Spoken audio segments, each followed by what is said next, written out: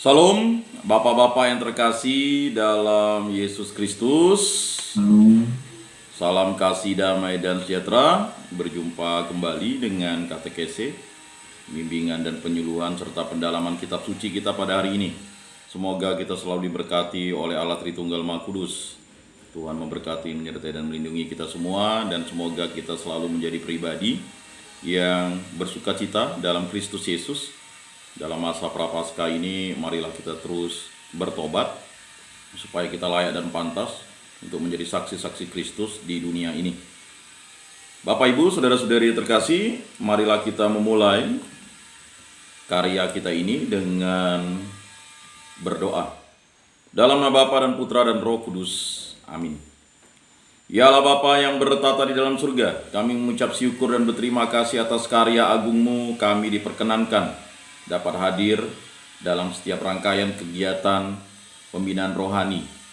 Pada hari ini kami akan mendengarkan firman dan sabda-Mu, mendalami firman dan sabda-Mu, kemudian saling sharing, dan yang paling utama, semuanya demi kemuliaan nama-Mu, ya Allah Tritunggal yang Maha Kudus. Bapa yang bertata di dalam surga, Engkau tahu kelemahan dan kekurangan kami serta kedosaan kami. Kami mohon rahmat pengampunan dari-Mu dalam masa pertobatan ini. Semoga dalam karya masa pertobatan ini, kami selalu memulai pewartaan kami dengan memohon rahmat pengampunan.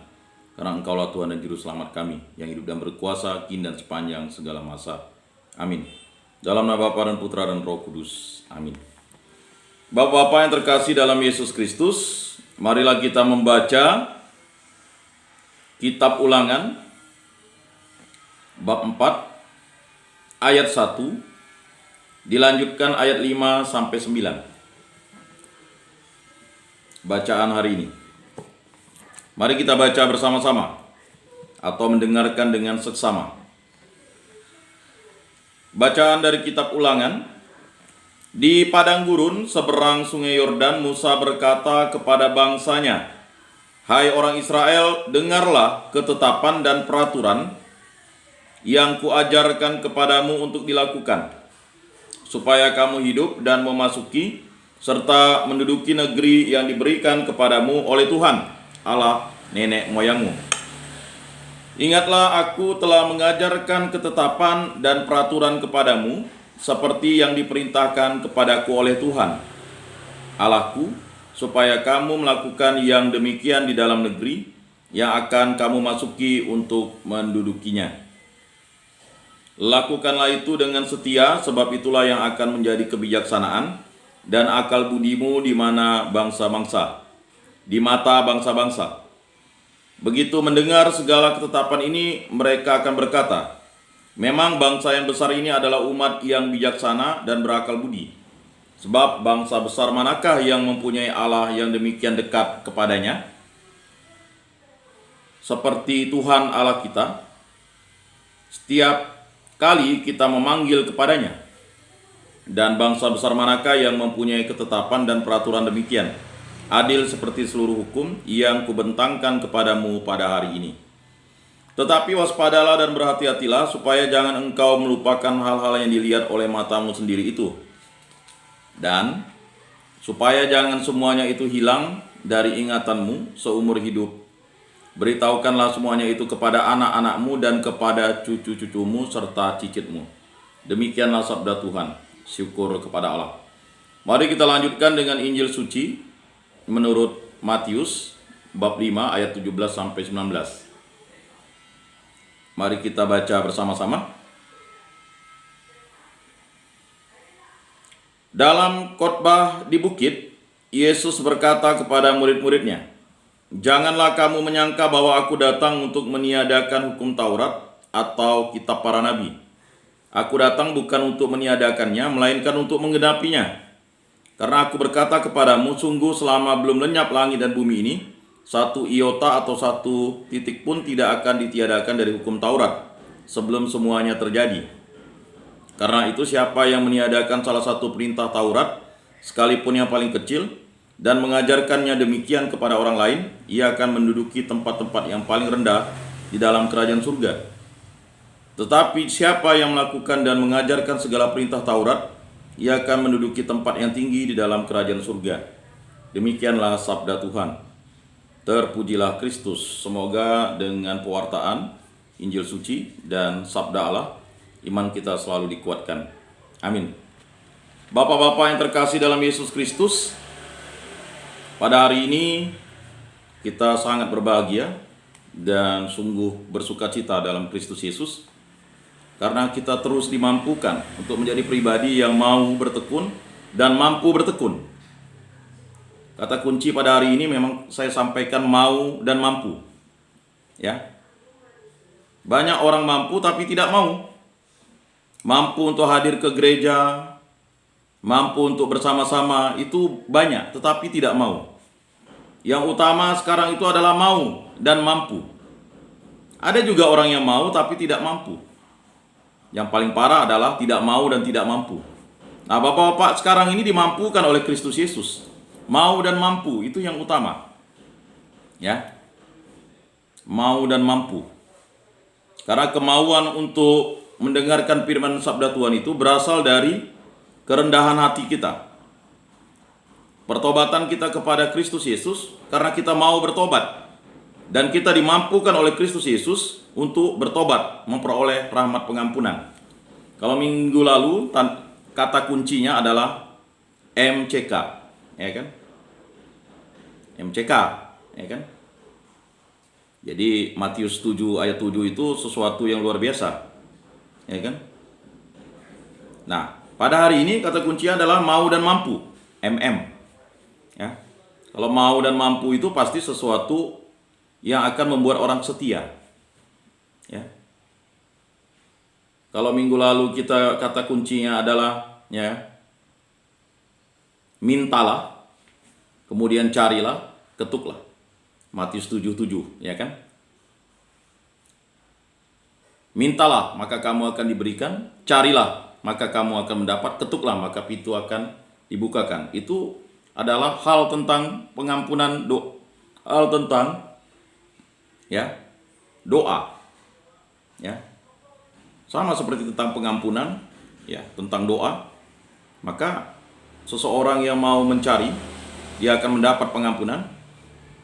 Ya, atau seseorang yang meminta dia akan mendapat pengampunan. Ya, kemudian seseorang yang mencari dia akan mendapat pengampunan. Ya. Kemudian kalau seseorang mengetuk ya, pengampunan, ya, mengetuk Tuhan Allah, dia akan dibukakan pintu. Jadi biasa orang bilang, mohon dibukakan pintu maaf, yaitu ketuklah. Pada hari ini kita mau dan mampu. Ya. Banyak yang sudah mendapat pengampunan tetapi tidak mau untuk ya, melaksanakan perintah Tuhan. Nah, makanya dalam kitab Ulangan yang kita baca tadi dan kita dengarkan tadi, Musa berpesan kepada bangsanya dan harus mampu menjalankan segala perintah Tuhan. Nah, kebanyakan kita memang sering menunda-nunda kemampuan kita itu. Nantilah. Akhirnya kemauan kita itu menjadi ya, lemah dan akhirnya kita tidak mampu. Nah, makanya butuh yang namanya koinonia, persekutuan. Jadi kita bersekutu dalam Tuhan itu adalah suatu tugas gereja. Bapak-bapak yang terkasih, ada pernyataan dari Santo Asterius dari Amesia. Apabila kamu ingin hidup menurut peraturan yang ditentukan oleh Allah, kamu harus mengikuti teladannya karena menurut cintanya kamu diciptakan. Jadi kalau kita mau menuruti perintah Tuhan, kita harus mengikuti teladannya. Dan kita akan dimampukan karena cintanya. Begitu besar kasih Allah kepada umat manusia, maka dianugerahkan putranya yang tunggal untuk menyelamatkan umat manusia dan menebus alam semesta ini. Bapak-bapak yang terkasih dalam Yesus Kristus, teguhkanlah langkahku seturut janjimu dan janganlah segala kejahatan menguasai aku. Mazmur 119, ya kan? Ya. Jadi itu sesuatu yang harus kita camkan. Bangsa Israel harus menaati peraturan dan ketetapan Tuhan. Itulah jaminan untuk masuk ke tanah terjanji. Mereka harus melakukan itu dengan setia dan mengingat semua itu seumur hidup. Ya. Jadi mari kita dalami kitab Ulangan ini. Kitab Ulangan ini mengisahkan suatu ketentuan, ya, yang ditetapkan oleh Musa. Ya. Jadi Musa itu, ya, menetapkan kembali. Ya. Kita tahu, ya, apa yang disebut dengan Torah itu atau hukum Taurat atau Pentateuk, ya. Kita tahu kitab itu terdiri atas kitab, ya, 5 kitab. Yang pertama adalah Kejadian, mudah ya, kakak ibu, Kejadian, Keluaran, Imamat, Bilangan, Ulangan. Nah, jadi mungkin ada yang sudah tahu, ada yang belum tahu. Mengapa disebut Kejadian? Ya, karena Torah itu atau hukum Taurat atau Pentateuk itu, ya, dimulai dari yang juga disebut pada mulanya menurut kata-kata pertama kitab itu. Nah, itu. Kemudian Keluaran, ya, atau inilah nama, ya. Jadi mungkin ada yang masih belum tahu, ya, saya jelaskan. Kemudian yang ketiga Imamat, atau dan ia atau dan Tuhan memanggil. Jadi Imamat itu artinya dan ia memanggil atau dan ia dan Tuhan memanggil. Berikutnya Bilangan, itu di padang gurun, ya. Jadi kalau Ulangan, inilah perkataan. Nah, jadi seperti itu, ya. Inilah perkataan. Jadi kalau di kitab Ulangan, ya pasti nanti Musa akan mengatakan ini adalah perkataan Tuhan yang disampaikan melalui Nabi Musa.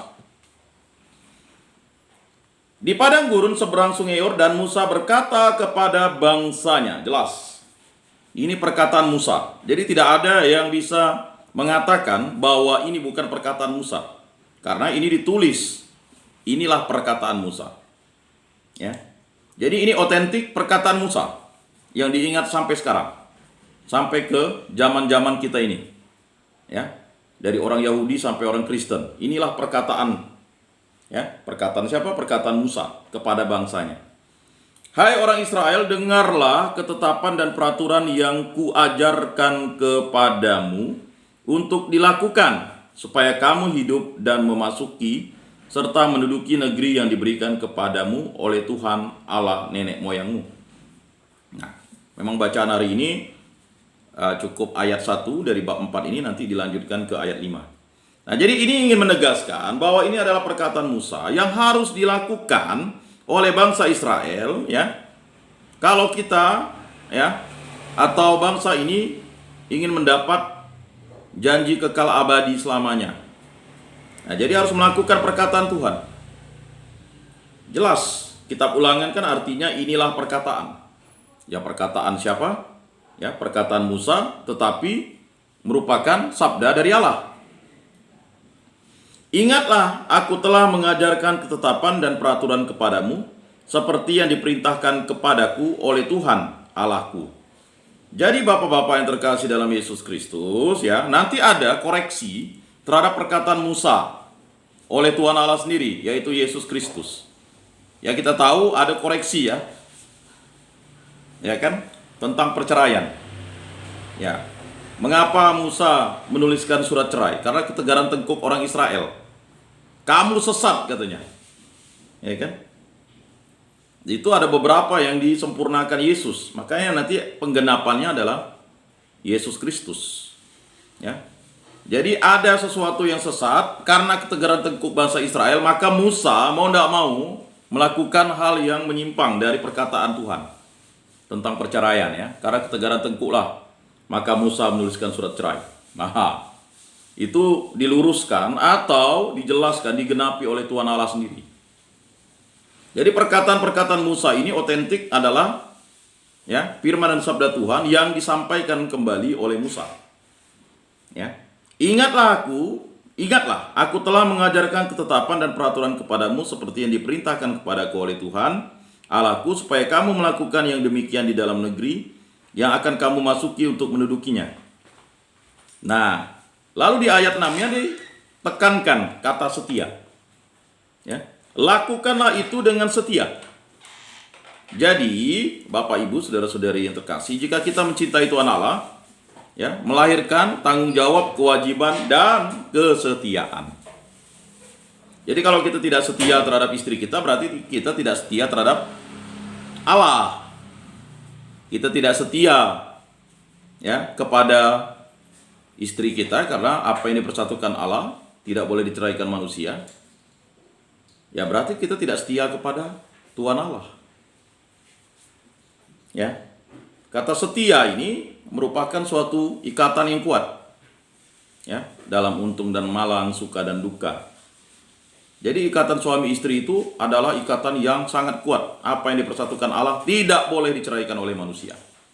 Jadi siapa yang menceraikannya? Mohon maaf, misalnya ada pengurus adat menceraikan perkawinan gereja orang atau perkawinan gereja, ya dia akan mendapat kutukan. Ya. Jadi berhati-hatilah. Ya. Berjaga-jagalah. Lakukanlah itu dengan setia, sebab itulah yang akan menjadi kebijaksanaan dan akal budimu di mata bangsa-bangsa. Jadi kesetiaan itulah yang menjadi kebijaksanaan dan akal budimu di mata bangsa-bangsa. Jadi orang itu tidak diukur dengan kepintaran, tidak diukur dengan kehebatan, tidak diukur dengan harta, tidak diukur dengan kekuasaan, tidak diukur dengan materi, tidak diukur dengan macam-macam, tetapi diukur ya dengan kebijaksanaan dan akal budi karena kesetiaan. Jadi sehebat-hebatnya saya berbicara atau Bapak Ibu nanti mewartakan berbicara, kalau tidak setia ya tidak bijaksana. Jadi kalau kita tidak setia kepada Tuhan Allah atau kepada istri kita, ya berarti kita tidak bijaksana. Sehebat apapun khotbah kita, sebagus apapun renungan kita, kita akan jatuh. Jadi hati-hati mengenai kesetiaan ini. Kesetiaan kepada Kristus itu akan diperhitungkan sebagai suatu kebijaksanaan ya, dan akal budi di mata bangsa-bangsa. Makanya ya, orang-orang kudus yang ditetapkan gereja menjadi orang-orang kudus itu karena apa? Karena kesetiaan kepada Kristus Yesus. Begitu mendengar segala ketetapan ini, mereka akan berkata, ya, memang bangsa yang besar ini adalah umat yang bijaksana dan berakal budi. Nah, ini harus digemakan terus kepada kita, orang-orang Kristiani. Jadi, bangsa yang besar ini adalah umat yang bijaksana dan berakal budi. Nah, kita tahu umat Kristen itu di muka bumi itu berapa miliar tuh? Ya, masih yang terbesar. Ya. Nah, itu gabungan dari ya gereja-gereja, baik gereja Katolik, gereja Kristen, gereja Protestan, gereja Anglikan, ya, gereja Lutheran, ya, ya macam-macam lah, gereja Advent, ya, gereja Baptis, ya macam-macam tuh. Ya.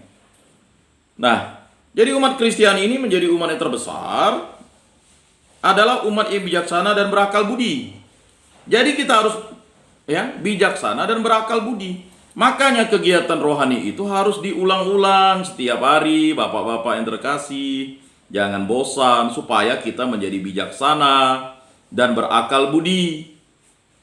Ya kan? Cintailah Tuhan Allahmu dengan segenap hatimu, dengan segenap jiwamu, dengan segenap kekuatanmu, dengan segenap akal budimu. Ya.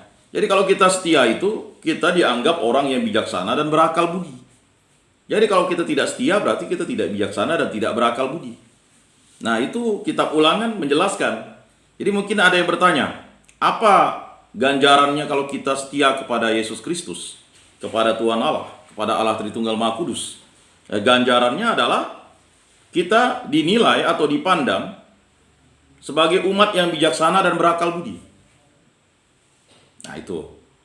Sebab bangsa besar manakah yang mempunyai Allah yang demikian dekat kepadanya seperti Tuhan Allah kita, setiap kali kita memanggil kepadanya. Nah siapa? Kita bisa memanggil Tuhan itu Bapa. Hubungan anak dan Bapa itu sangat dekat. Karena Kristus Yesuslah kita diangkat menjadi putra-putri Allah. Kita menjadi Kenisa Roh Kudus, kita menjadi ya, murid-murid Kristus, kita menjadi ciptaan baru. Kita memperoleh karunia keselamatan. Dan bangsa besar manakah yang mempunyai ketetapan dan peraturan demikian adil seperti seluruh hukum yang kubentangkan kepadamu pada hari ini? Jadi apa yang disampaikan Musa itu adalah hukum yang bijaksana dan berakal budi. Nah, memang harus penggenapannya oleh Tuhan Allah sendiri. Karena ada penyimpangan-penyimpangan yang terjadi karena ketegaran tengkuk bangsa Israel, ya. Kata orang, aturan atau hukum itu dibuat untuk dilanggar, kan? Padahal hukum Tuhan itu dibuat untuk dipatuhi, dilaksanakan dengan setia. Lalu Musa mengatakan apa? Tetapi waspadalah dan berhati-hatilah. Nah, waspadalah dan berhati-hatilah. Berjaga-jagalah, sebab kalian tidak tahu kapan pencuri itu akan datang. Ya kan, waspadalah dan berhati-hatilah. Jadi waspada dan berhati-hati, berjaga-jaga dan berhati-hati. Ada orang berjaga-jaga tapi tak berhati-hati.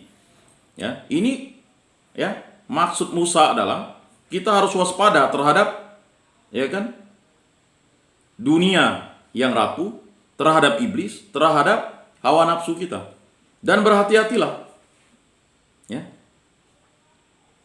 Apa kata Yesus? Cinta akan uang itu bisa membuat manusia itu melupakan Tuhan. Ya. Jelas, tetapi waspadalah dan berhati-hatilah supaya jangan engkau melupakan hal-hal yang dilihat oleh matamu sendiri itu. Jadi dia sudah mengingatkan, oleh matamu sendiri. Nah, tetapi yang melihat itu sebenarnya, ya, sudah dijelaskan Yesus. Berbahagialah orang yang mendengar, ya kan, ketimbang orang yang melihat, kan. Orang melihat baru percaya, sedangkan ada yang hanya mendengar saja sudah percaya. Nah, itu yang dikatakan Yesus untuk mengingatkan orang-orang yang sudah melihat Tuhan Yesus. Ya.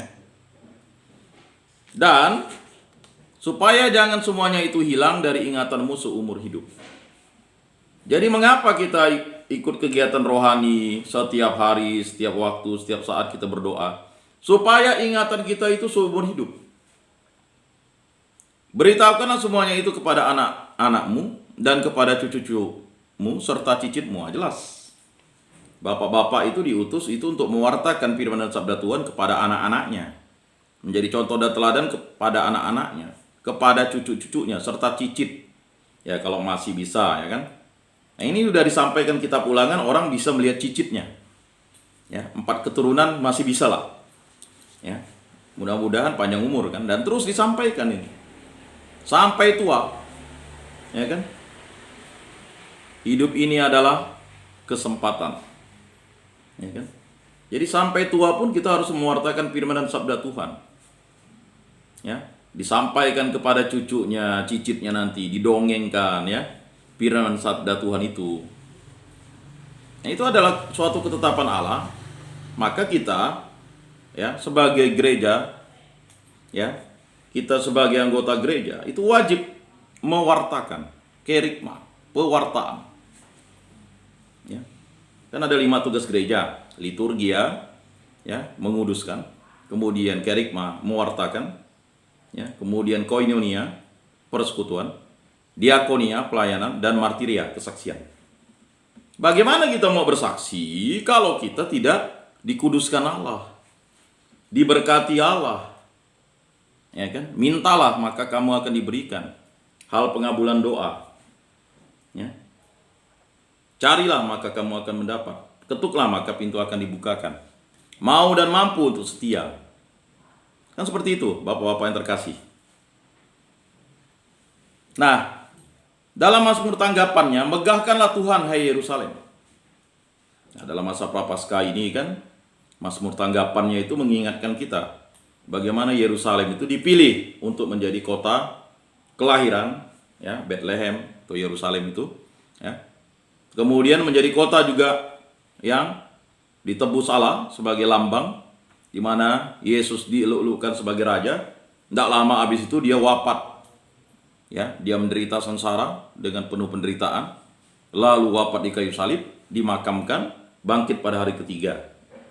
Nah, itu kan ada suatu iman, harapan. Sia-sialah iman kita kalau Yesus tidak wafat di kayu salib dan bangkit pada hari ketiga. Nah, dalam syahadat para rasul itu kan diulang-ulang terus supaya kita ingat seumur hidup. Megahkanlah Tuhan hai Yerusalem, pujilah Allahmu hai Sion, sebab ia meneguhkan palang pintu gerbangmu dan memberkati anak-anak yang ada padamu. Nah, palang pintumu. Ya, kita ingat dulu apa yang terjadi ketika bangsa Israel, ya, bangsa Mesir dikutuk karena tidak memberikan hak bangsa Israel. Mereka dikutuk, jadi di pintu gerbang itu mereka ditandai dengan darah anak domba. Kalau tidak ditandai berarti itu adalah bangsa Mesir. Makanya anak sulungnya, ya, mati. Nah, maka anak sulung bangsa Mesir itu mati.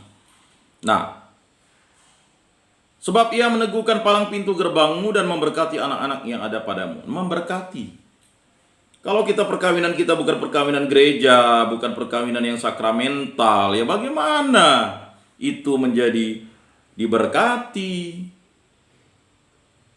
Jadi Allah lah yang memberkati kita. Apa yang dipersatukan Allah tidak boleh diceraikan oleh manusia.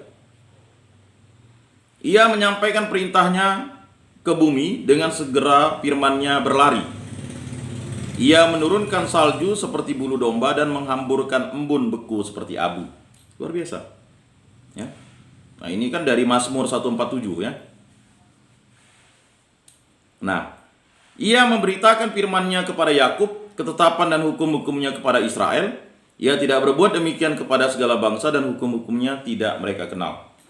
Jadi ada Yakub, ada Israel, satu orang tapi bernama dua. Ya jelas, ia memberitakan firman-Nya kepada Yakub, setelah itu ketetapan dan hukumnya kepada Israel. Ya, kepada Israel artinya anak cucu Israel. Ya. Jadi Israel itu melahirkan 12 suku Israel. Ya. Jadi hukum-hukum ini diberitahukan kepada bangsa Israel. Ia tidak berbuat demikian kepada segala bangsa dan hukum-hukumnya tidak mereka kenal. Nah, jadi bangsa-bangsa yang lain itu mendapat berkat dari Israel. Karena bangsa-bangsa lain tidak mendapat hukum, ya, atau ketetapan dari Tuhan Allah sendiri. Luar biasa kan bangsa ini? Nah, terpujilah Kristus Tuhan, Raja mulia dan kekal. Sabdamu ya Tuhan adalah roh dan kehidupan. Engkau mempunyai sabda kehidupan kekal. Ya. Pada mulanya adalah firman. Firman itu bersama-sama dengan Allah. Dan firman itu adalah Allah. Jelas ya? Firman dan sabda Tuhan itu adalah Allah sendiri. Ya kan? Tuhan bersabda. Ya. Nah, Bapak-bapak yang terkasih, dalam Injil suci menurut Matius bab 5 ayat 17 sampai 19 dijelaskan, Yesus datang untuk menggenapi hukum Taurat dan kitab para nabi. Kedatangannya bukan untuk meniadakan hukum Taurat dan kitab para nabi. Jadi menggenapi, kata menggenapi itu artinya, ya, firman dan sabdanya itu adalah suatu kebenaran, karena firman dan sabda Tuhan itu adalah kebenaran, dan meluruskan atau menggenapi hal-hal yang seharusnya disampaikan kepada bangsa Israel, dan bangsa Israel itu menyampaikan kepada bangsa-bangsa melalui perantaran para nabi, ya, jelas Musa dan para nabi. Dan banyak, ya, ketetapan Allah itu diselewengkan, disimpangkan. Mengapa? Karena untuk kepentingan-kepentingan raja-raja manusia atau para raja-raja penjajah. Ya.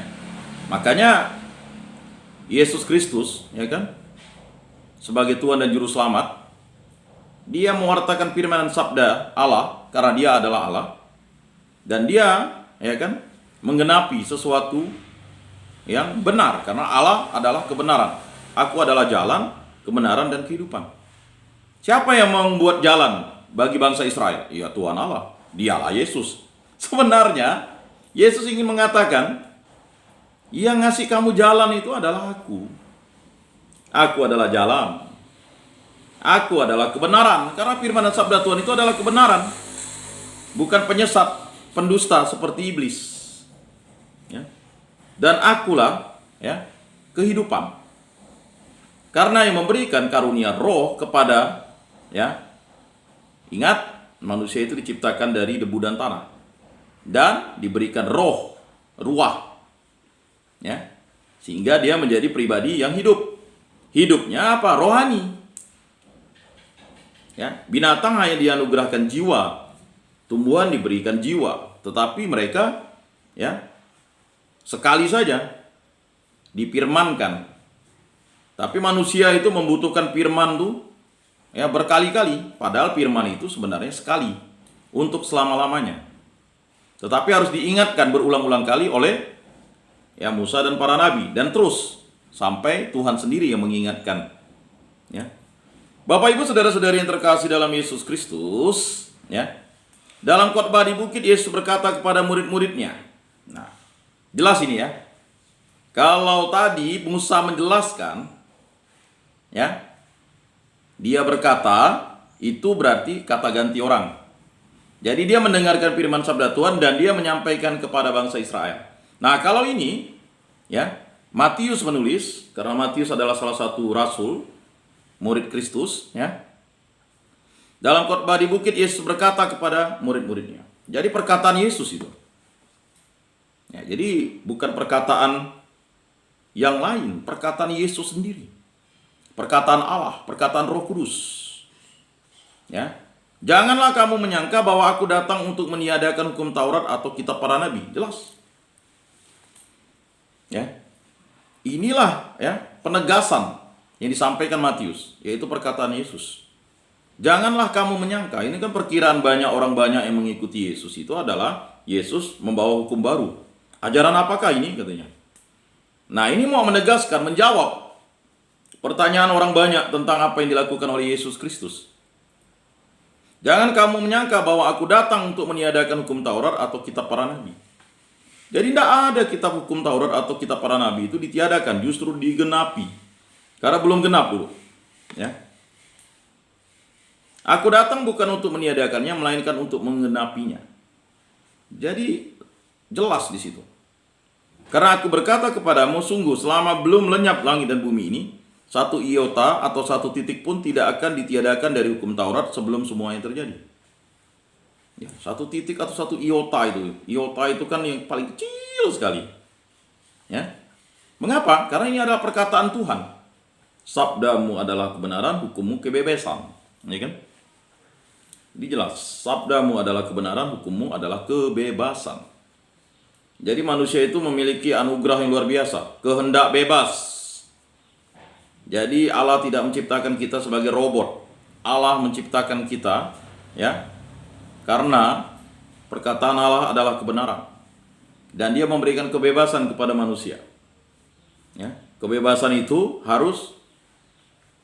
harusnya cinta kasih, bertanggung jawab, berkewajiban, dan setia. Nah, Bapak-Bapak yang terkasih dalam Yesus Kristus, karena itu siapa yang meniadakan salah satu perintah Taurat sekalipun yang paling kecil, dan mengajarkannya demikian kepada orang lain, ia akan menduduki tempat-tempat yang paling rendah di dalam kerajaan surga. Luar biasa tuh. Karena itu siapa yang meniadakan salah satu perintah Taurat sekalipun yang paling kecil dan mengajarkannya demikian kepada orang lain, ia akan menduduki tempat-tempat yang paling rendah di dalam kerajaan surga. Nah, itulah waspada dan berjaga-jaga, berhati-hati. Waspadalah dan berhati-hatilah. Apa yang dikatakan Musa itu dijawab Yesus sendiri. Karena itu siapa yang meniadakan salah satu perintah Taurat sekalipun yang paling kecil dan mengajarkannya demikian kepada orang lain, ia akan menduduki tempat yang paling rendah di dalam kerajaan surga. Nah, di kerajaan surga itu ada tempat rupanya. Ada tempat yang rendah dan tempat yang tinggi. Nah, itu hak Allah. Makanya maksudnya ini hak kerajaan surga atau hal kerajaan surga itu adalah hak Allah. Tetapi untuk masuk ke dalam kerajaan surganya hanya melalui Allah sendiri, yaitu Yesus Kristus. Tetapi siapa yang melakukan dan mengajarkan segala perintah Taurat. Jadi ada perbedaan jelas. Ada orang yang menghindarkan salah satu perintah Taurat misalnya. Meniadakan salah satu. Contohnya yang mengenai hukum perceraian. Dia tetap masuk ke dalam kerajaan surga, tetapi tempat yang terendah. Maka waktu Yakobus Yohanes, ketika ibunya meminta tempatnya di sebelah kiri kanan, itu bukan diberikan kepada orang yang tidak berkenan, tapi itu diberikan kepada orang yang mau, mendengarkan dan melaksanakan perintah Bapa di surga. Tetapi siapa yang melakukan dan mengajarkan segala perintah Taurat, ia akan menduduki tempat yang tinggi di dalam kerajaan surga. Mohon maaf misalnya, tentang perkawinan, kan banyak orang tuh pura-pura tidak paham, Oh, yang menetapkan perkawinan monogami itu kan gereja. Gereja itu kan institusi manusia. Oh tidak, gereja itu kepalanya Kristus. Jadi perkawinan itu harus monogami. Ada yang membuat itu, meniadakannya. Oh enggak apa-apa kalau misalnya istrinya mandul, boleh kawin lagi karena itu kan memperoleh keturunan. Kita lihat perjanjian lama katanya. Ini kacau nih orang-orang seperti ini, penyesat-penyesat seperti ini. Namanya Old Testament, perjanjian lama, ya jelaslah pengenapannya perjanjian baru. Yang diikuti yang baru, bukan mengikuti yang lama. Yang lama itu melenceng. Contoh, misalnya menceraikan istri. Kan jelas tidak ada Allah menyuruh menceraikan istri. Itu tuh kan adalah kehendak ketegaran tengkuk orang Israel. Nah sekarang banyak orang-orang Kristen, baik laki-laki dan perempuan, menceraikan suaminya atau istrinya. Ya kan? Karena hukum negara. Ya silakanlah. Perkawinan itu kan, ya, institusi perkawinan yang ada di muka bumi ini kan, yang dianggap ya bisa membuat orang itu menjadi status sosialnya sah, itu kan ada macam-macam. Institusi adat juga, perkawinan adat, siapa bilang tidak sah? Sah lah.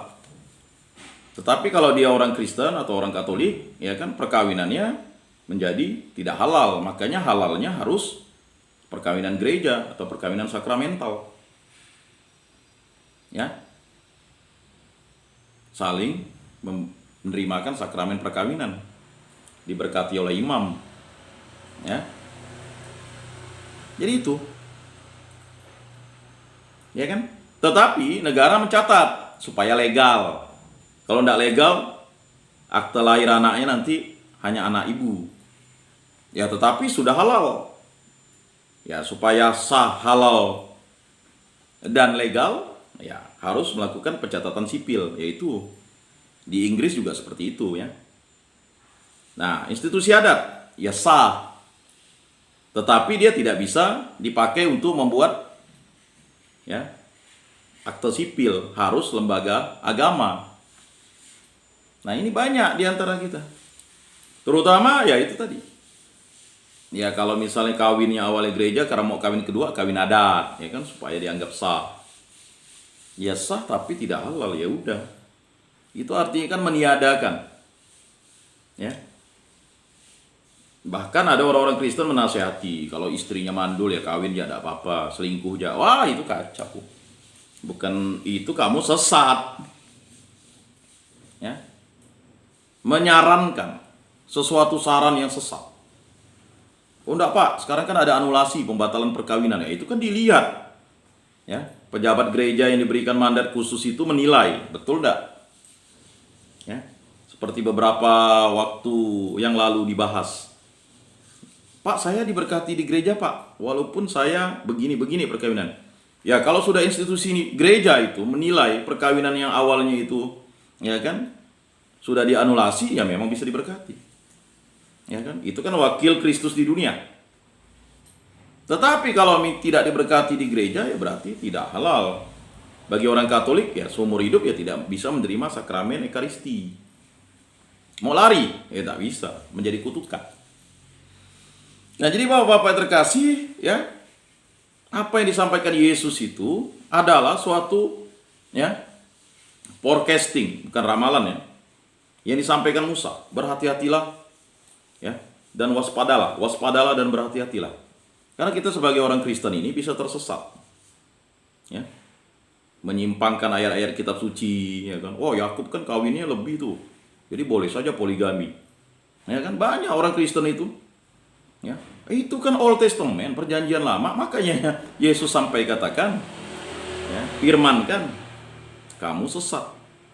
Ya, seperti tentang ya hidup setelah kematian itu kan udah jelas. Orang Kristen ya harus percaya, wajib percaya, karena Yesus itu wafat, bangkit pada hari ketiga.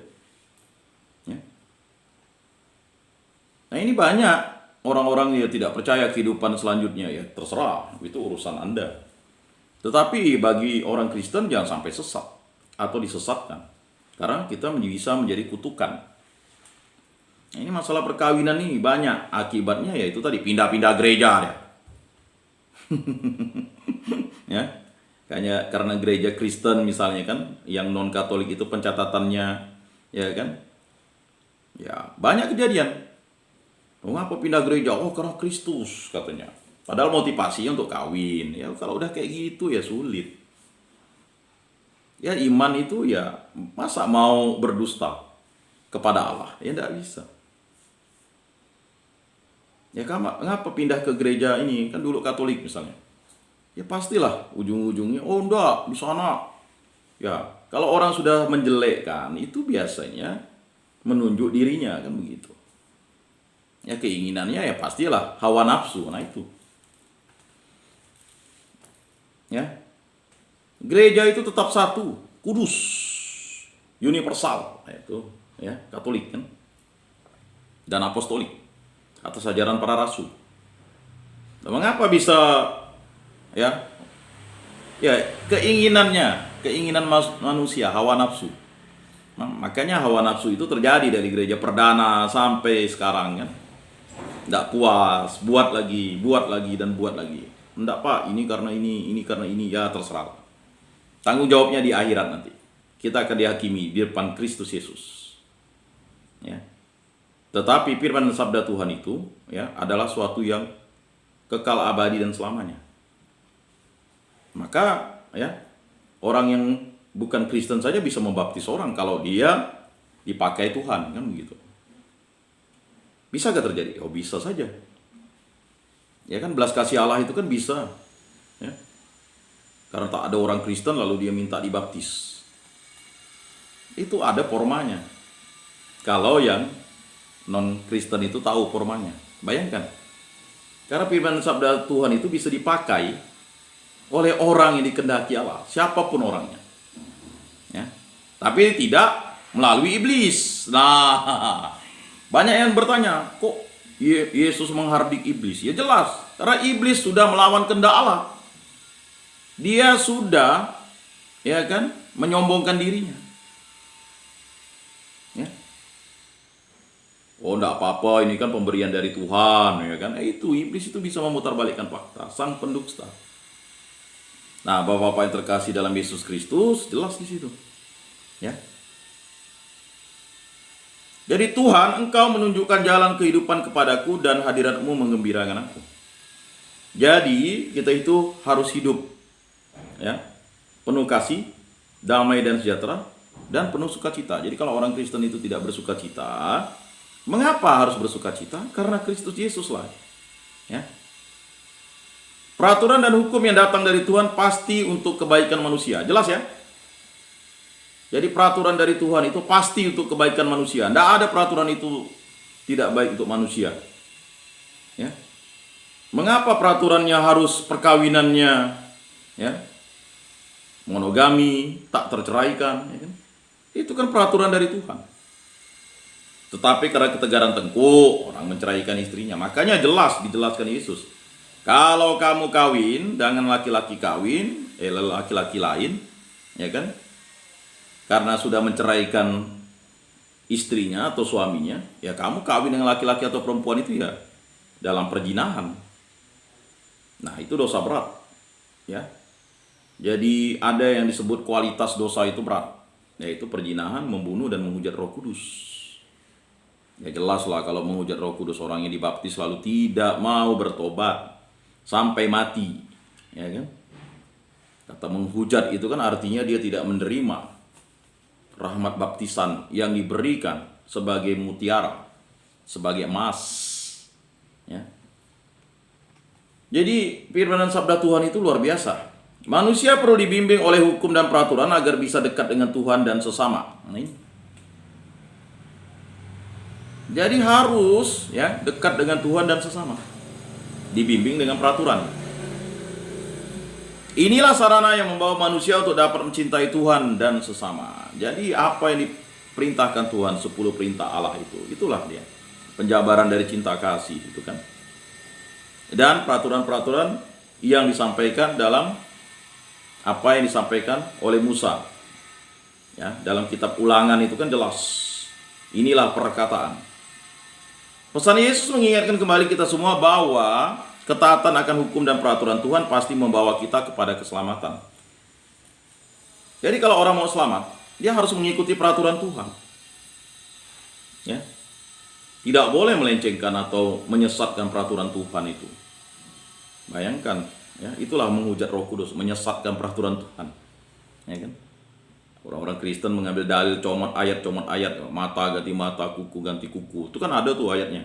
Tapi tidak dibaca perikop kitab sucinya atau ayat kitab sucinya secara menyeluruh. Ya kacau. Ya. Sarana ini Tuhan berikan kepada kita semua agar kita bebas dari mara bahaya dan luput dari malapetaka. Ya itu. Bebas dari mara bahaya dan luput dari malapetaka. Siapa yang menyebabkan dunia? Iblis, hawa nafsu. Ya. Apakah kita cinta akan hukum Tuhan? Jadi penggenapannya hukum Tuhan yang tertinggi adalah cinta kasih. Hukum-hukum yang lainnya adalah ya membuatkan tangga atau menyiapkan jalan untuk ya kasih yang sempurna. Dialah Yesus Kristus. Ya. Maka orang Kristen itu butuh doa untuk mohon penerangan jiwa.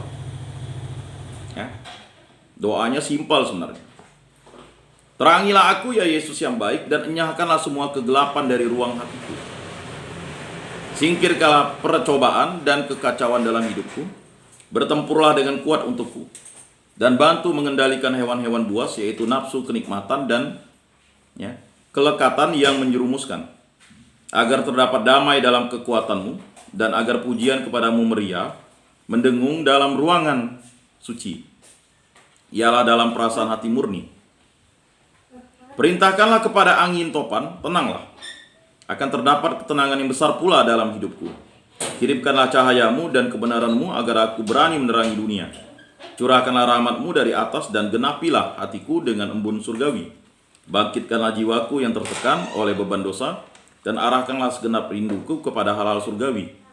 Jauhkanlah dan hindarkanlah aku dari segala hiburan sesat, karena tak ada satu makhluk pun dapat memuaskan dan mengenyangkan keinginan-keinginan. Lindungi dan terangi jiwaku ya Tuhan, demi Kristus Tuhan kami. Amin. Nah, Bapak-bapak yang terkasih dalam Yesus Kristus, ini suatu doa yang luar biasa untuk menerangi jiwa. Karena firman dan sabda Tuhan itu adalah terang bagi kita. Ya.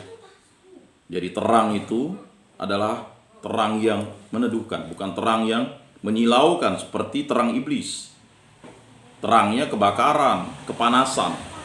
Siapa bilang iblis itu tidak terang? Terang. Siapa bilang iblis tidak bisa menyembuhkan? Bisa. Ya kan? Tetapi dia terangnya kebakaran, panasnya adalah panas kebakaran.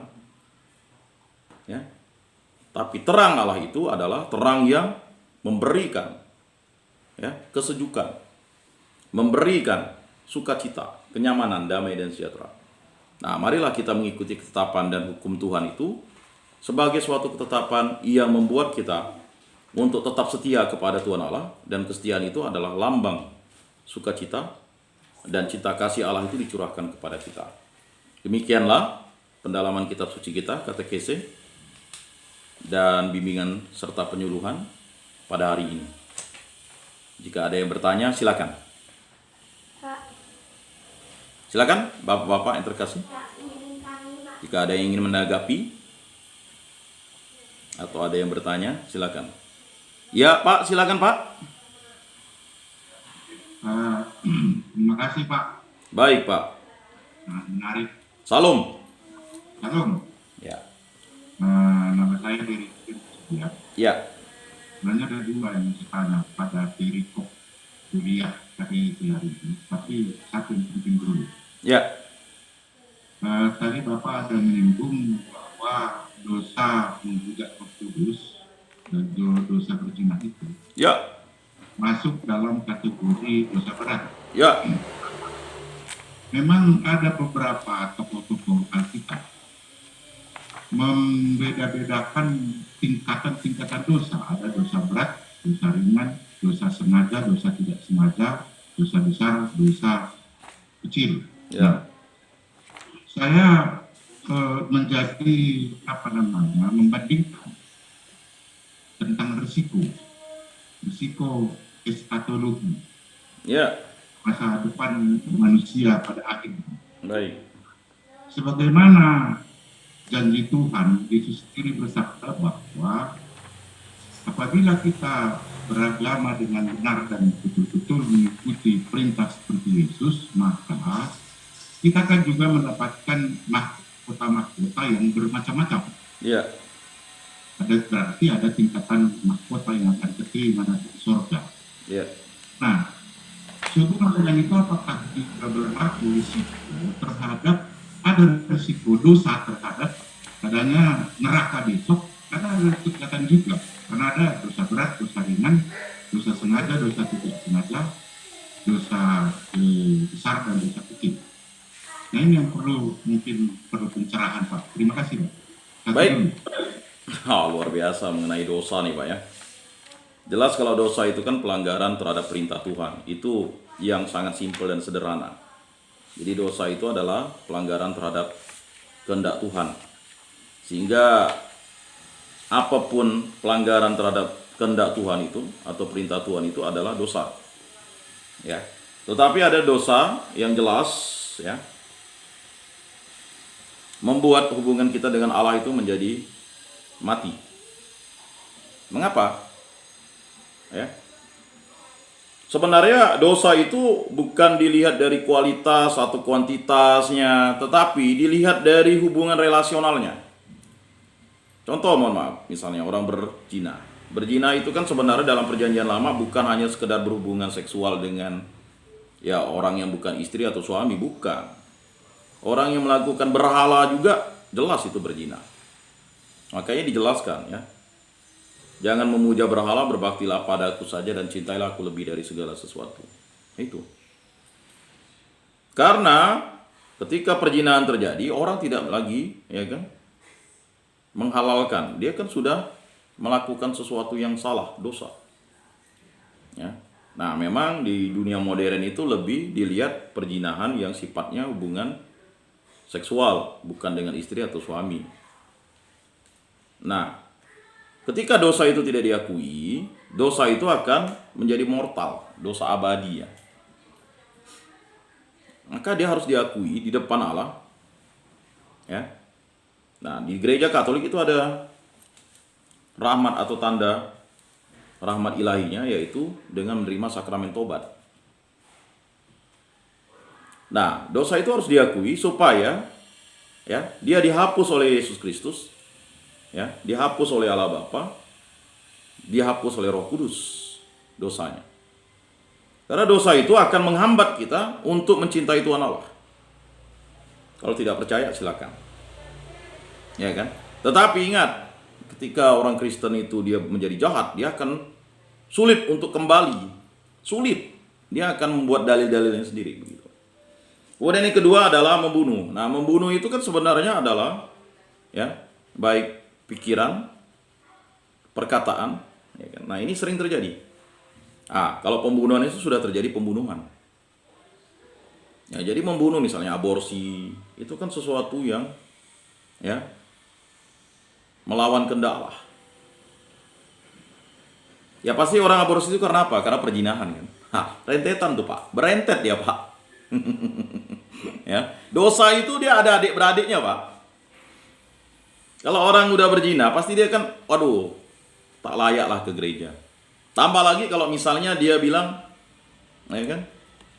Ya pernah dulu almarhum kawan saya itu cerita, ada seorang hamba Tuhan cerita, dia berikan kesaksian iman itu kan tidak boleh dijelaskan tentang cacing-cacingnya, tetapi hamba Tuhan ini ngasihkan cerita sekian banyak dia berzina dengan perempuan, lalu dia protes, apa tuh khotbah tuh katanya. Ya kan, dia sudah puluhan perempuan yang dia pakai, lalu dia bertobat. Ya kan? Memang pertobatan itu tidak melihat semerah apa dosanya. Tetapi ya kan, apa yang disampaikan dalam kesaksian iman itu kan membuat umat atau jemaatnya menjadi ya kan iri. Wah, ya kan? Kita ini selalu setia katanya kan. Jadi dosa itu menguntip seseorang itu untuk jatuh. Nah itu. Selanjutnya, ya menghujat Roh Kudus. Ya menghujat Roh Kudus, jelas lah Pak. Seseorang yang udah dibaptis, ya, lalu dia tidak lagi mau menjadi anak-anak Allah. Sama seperti dosa mortal yang dilakukan oleh malaikat. Dia sudah menjadi anak-anak Allah di kerajaan surga. Ya, bahkan pemimpin malaikat yang jatuh itu, dia adalah pantulan Allah sendiri. Tetapi dia diciptakan Allah. Dia mau sama seperti Allah dan memberontak terhadap Allah. Nah, manusia diberikan hal keistimewaan karena Kristus Yesus, Pak.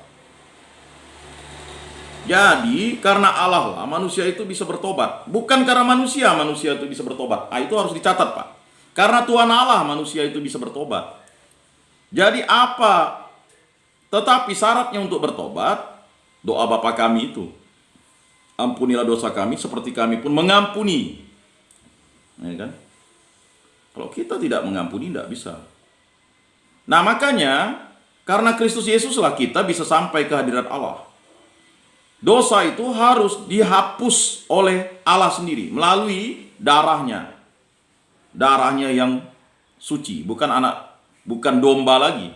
Harus anak domba Allah, yaitu Yesus Kristus. Nah, dosa menghujat Roh Kudus ini adalah dosa yang sesuatu yang memang tak terampuni. Itu jelas tuh. Ya, kamu berdosa kepada Bapa dan Anak, dosamu diampuni, tapi kalau berdosa kepada Roh Kudus, dosamu tak diampuni. Ya jelas. Seorang yang mati dalam keadaan dosa berat, ya baik berzina, membunuh, dan pada detik-detik terakhir dia tidak mau bertobat, ya dia menghujat Roh Kudus. Kata menghujat itu, dia sudah mati dalam keadaan jasmani, lalu dia tidak bisa. Ya, dia menyangkal kealahan Yesus, walaupun dia sudah dibaptis. Nah ini adalah sesuatu yang harus berhati-hatilah dan waspadalah. Jadi diingatkan oleh Musa, waspadalah dan berhati-hatilah. Nah itu. Nah mengenai eskatologis, ya kan? Eskatologis itu kan berbicara tentang akhirat. Bagaimana yang terjadi nanti dalam kehidupan kita? Ya memang ada perbedaan eskatologis antara gereja Katolik dengan gereja non-Katolik. Ya perbedaannya terletak kalau gereja Katolik jelas mengakui yang namanya api penyucian atau api pencucian. Di api pencucian itu orang itu masih diberikan kesempatan untuk dosanya dihapuskan asalkan orang yang di dunia ini mendoakannya dengan intensi-intensi misa. Nah itu dia. Memang perbedaan eskatologisnya itu ya sangat mencolok, ya kan? Gereja gereja non-Katolik itu tidak lagi mengakui api penyucian dan api pencucian. Jadi kalau orang langsung berhadapan dengan Tuhan Allah, ya kan, dia diperintahkan oleh Tuhan Allah, diadili oleh Tuhan Allah, Yesus Kristus, itu ke surga atau ke neraka. Tetapi ada suatu kondisi di mana orang itu, dia masih bisa mendapatkan pengampunan jika dosa-dosanya itu, dia minta pengampunan, rahmat pengampunan. Tetapi dia tidak sempat, kan? Karena kita ini kan hidup di dunia ini kan banyak hal. Nah makanya ada, yang disebut dengan pemberian pengampunan. Nah itu dia. Jadi ada api penyucian, api pencucian. Nah sampai kapan? Nah itu tergantung Allah, kehendak Allah.